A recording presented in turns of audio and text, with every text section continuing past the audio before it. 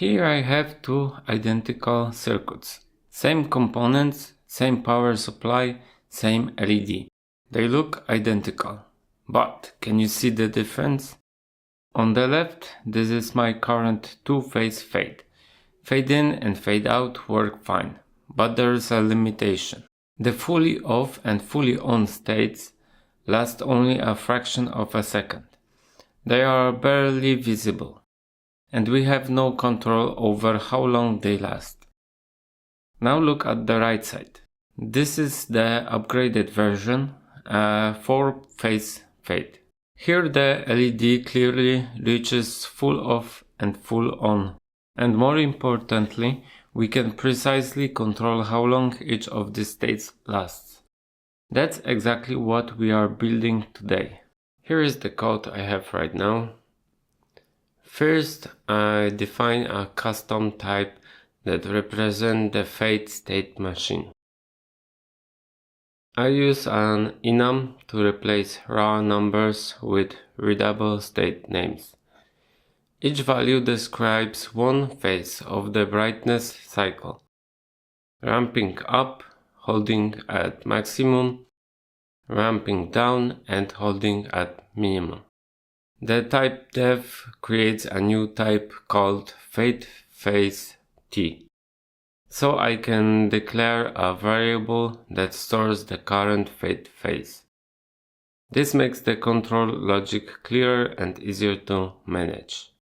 Now I assign an initial value to the fade state variable, so the cycle always starts with increasing brightness.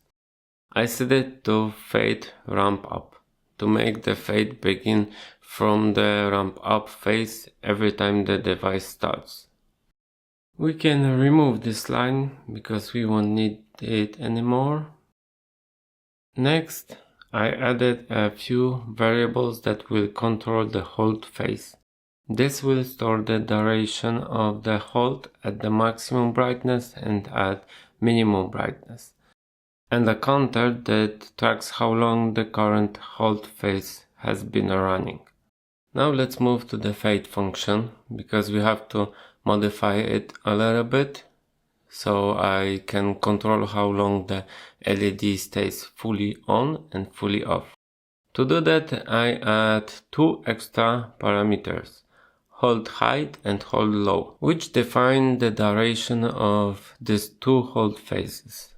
Now I have to convert the hold times from milliseconds to timer overflow ticks and store them in the hold variables.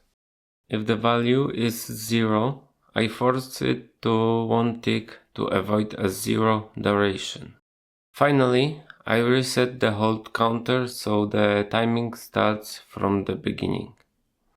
Now I have to replace the old direction flag with the fade phase variable. Instead of setting fade direction up, I set fade phase to fade ramp up. So the fade cycle always begins with increasing brightness. Now we need to modify the entire fade section inside the interrupt because we introduce new fade phase definitions. Since the fade process now has 4 separate states, using a switch statement is a much cleaner solution than stacking multiple if conditions.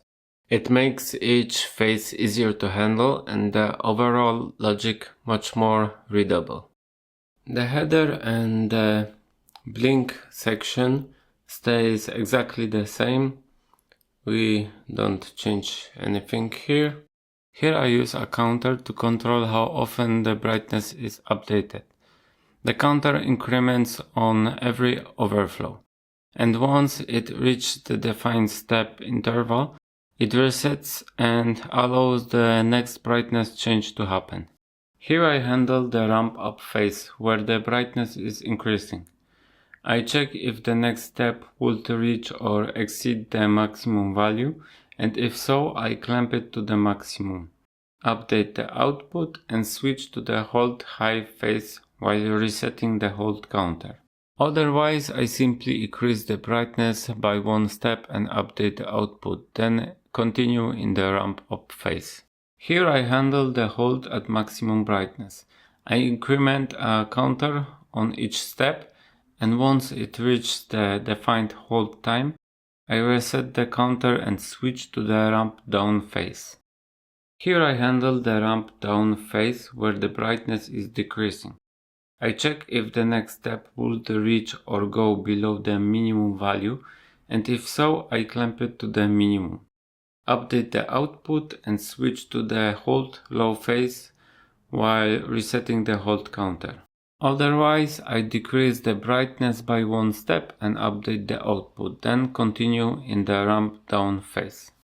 Here I handle the hold at minimum brightness. I increment the counter, and once it reaches the defined hold time, I reset it and switch back to the ramp up phase to start the cycle again. And at the end, I added a fallback case to make sure the system always returns to a valid state. If something unexpected happens, it resets the phase back to ramp up so the phase cycle can continue safely. And one last thing, in the main function we have to add two parameters to the fade function. First one is for the hold high timing and second one is for hold low timing. And now we can save and build this. Now you can connect your MCU to the circuit and you will see the nice fade in and out with clear full high state and full low state. In the next video we will add a simple switch so the user will be able to change the mode by flipping the switch.